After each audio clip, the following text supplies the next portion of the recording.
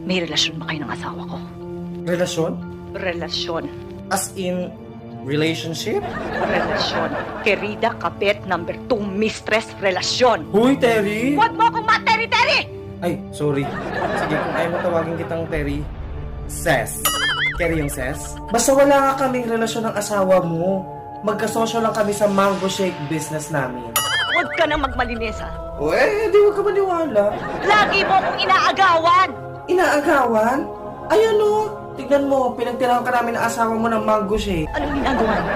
Online selling. Saan kayo nagpupunta? Sa supplier. Anong tawagan niyo? Dami mo naman tanong, Ses. Babe?